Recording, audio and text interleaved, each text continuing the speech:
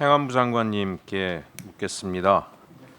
장관님께서도 아마 현장을 다녀오신 적이 있을 텐데요. 저도 이번에 현장에 가서 정말 놀란 게 그 콘크리트 둔덕 구조물이라는 것 자체가 거의 어마어마한 거대한 성 같았고요. 저는 강원도 출신으로서 강원도에서 늘 저희가 보던 북한군의 탱크가 남하할 때 그걸 막기 위해서 만들어져 있는 콘크리트 구조물들이 곳곳에 있지 않습니까?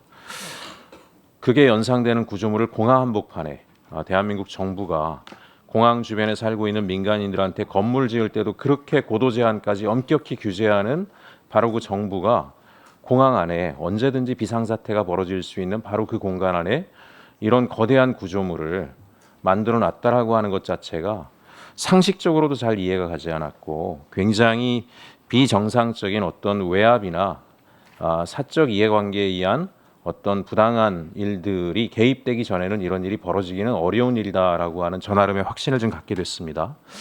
제가 행안부 장관님께 여쭙고 싶은 것은 저는 이 경찰의 부실한 초기 대응이 이 상황들을 계속 악화시켰다라고 하는 생각을 갖게 됩니다. 당시 이제 사건이 터졌을 때 이후에 경찰 대응이 납득할 수 없는 것들이 대단히 많습니다.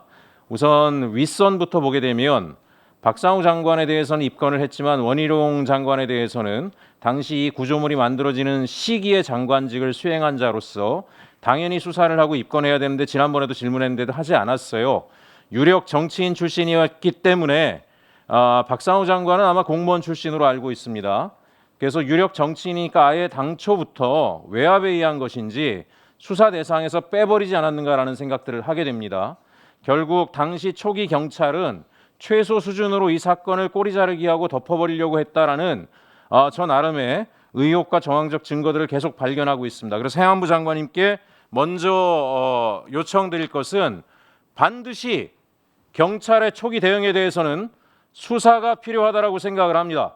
수사를 통해서 경찰이 외압과 부정청탁 그런 것으로 인해서 초기 대응을 제대로 안 했다라고 하면 당시의 수사 인력에 대해서 지휘 체계에 대해서 엄벌에 처해야 한다라고 생각하기 때문에 행안부 장관님께서 이 부분을 적극적으로 고려해 주실 것을 요청드립니다. 그리고 경찰청장 직무대행님, 저는 지금 행안부 장관님께 질의를 드렸지만 경찰이 초기 수사 대응에서부터 스텝이 꼬이고 외압을 받았거나 부정청탁을 받아서 사건을 축소 은폐하려 했기 때문에 이후에도 적극적인 수사가 이어지지 못했다라고 하는 의심을 가지고 있습니다.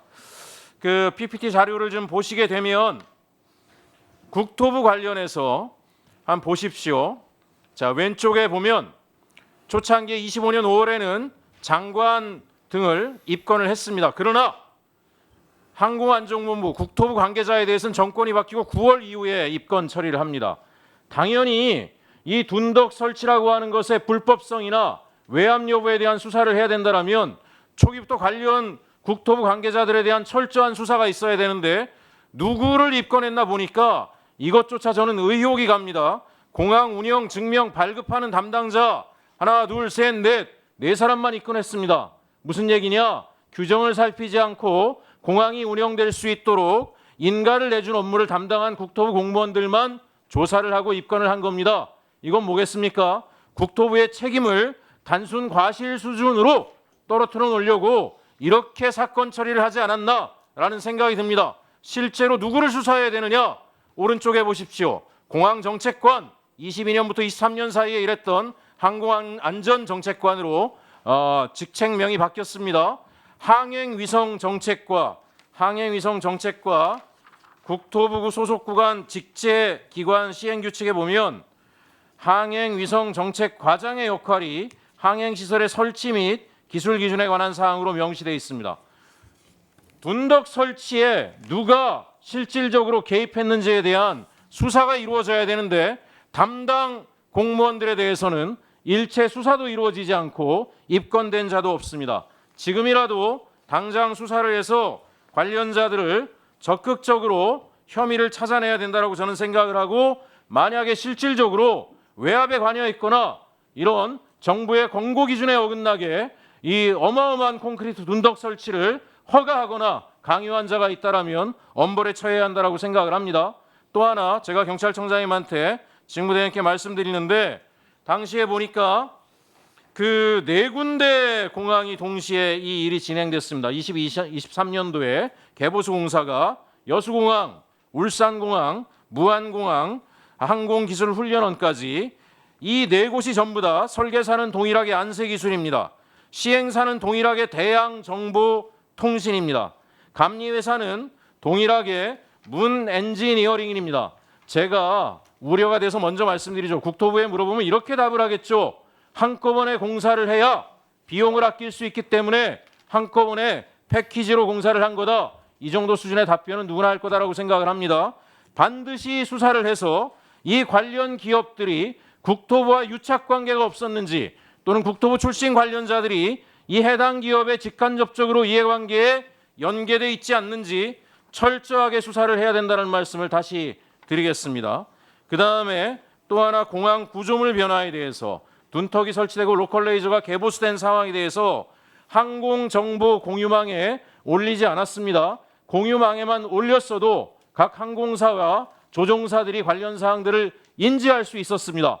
그러면 이거에 대해서도 분명히 경찰이 국토부에 물어보면 이렇게 답을 할 겁니다. 관련돼서 특정돼 있지 않다. 로컬라이저 개편 이런 것들이 어쨌든지 간에 반드시 올려야 된다고 돼 있지 않다. 뭐 이런 해교한 답변을 할 것 같아서 제가 찾아보니까 식별부호, 주파수, 위치 좌표 등이라고 돼 있습니다. 항공 안전과 관련된 중요한 변화에 대해서는 등이라고 돼 있으니까 반드시 다 올려야 되는데 그 사이에 주요 공항에 대해서 이것들이 불법하고 위법하고 국제 기준에 부합하지 않으니까 저는 고의적으로 올리지 않았을 가능성이 대단히 농후하다라고 생각을 하고 있습니다. 이에 대해서도 철저히 조사를 해서 고의성이 발견된다면 반드시 책임을 물어야 된다라고 생각을 합니다. 그래서 답변을 부탁드립니다. 해양부 장관님, 저는 경찰의 초기 대응에 대해선 감찰이든 수사든 왜 이렇게 적극적인 수사가 이루어지지 못했고 그 이유로 인해서 1년이 지날 때까지 이렇게 안개 속에 미궁 속에 빠져 있는 것처럼 됨으로 인해서 우리 유족들이 가슴 아파하고 국민들이 온 국민들이 의혹을 받게 된 배경에 대해서 그 원인도 밝혀야 된다라고 생각을 합니다. 답변을 주시고요. 경찰청장 진부대행님, 방금 전에 제가 우려가 돼서 구체적으로 수사를 어떻게 해야 되는지 분명히 말씀드렸습니다. 이후에 적극적인 조치를 하고 보고를 부탁드립니다.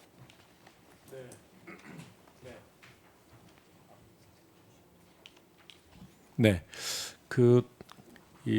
뭐 대형 참사, 특히 사회적 참사는 많은 그 국민들께서 인명 피해를 입으시고 또 유족들도 그 트라우마로 대단히 큰 고통을 당하십니다. 그렇기 때문에 이 사회적 참사에 희생된 가족을 가진 유족들의 말씀을 들어보면 그 정확한 진상 조사만큼 그 마음의 상처를 씻을 수 있는 그 묘약이 없다는 그런 말씀을 하십니다. 그만큼 사건 원인을 조사하고 또 그 책임을 규명하는데 조금의 흐트러짐도 있어서는 안 되고 또 사건이 발생하고 난 이후에 이 조금의 지체도 없이 이루어져야 됩니다. 그리고 더 나아가서 그 진행 상황을 그 유족들 또 피해자 생존해 계신 분이 계시면 피해자분들과 수시로 소통하고 그 진행 상황을 알려드림으로써 그 과정 자체가 그 상처를 씻어드리는 그런 참사의 이 피해를 회복해가는 그런 그 과정이 돼야 된다. 이렇게 저희는 알고 있습니다. 그래서 행정안전부에서 그런 원칙에 맞게 그 사회적 참사에 대한 대응을 해나가고 있다는 말씀을 드리면서 이전 정부에서 있었던 원칙에서 벗어난 대응 그리고 정확한 그 책임자를 규명하고자 하는 그런 노력이 부족했던 면에 대해서 그것이 만약 그 직무를 유기하고 그릇된 이 사건을 은폐하거나 축소하려는 그런 기도가 있었다면 그런 부분에 대해서는 그 책임 역시 조속히 규명하도록 하겠다는 말씀드립니다. 경찰청의 수사 기능을 통해서 그런 일들이 이루어지도록 하겠다는 말씀드리겠습니다. 예, 경찰청장 직무대행입니다. 의원님 뭐 지적하신 부분에 대해서는 철저하게 수사를 하고 의원님께도 보고드리도록 하겠습니다. 고생하셨습니다.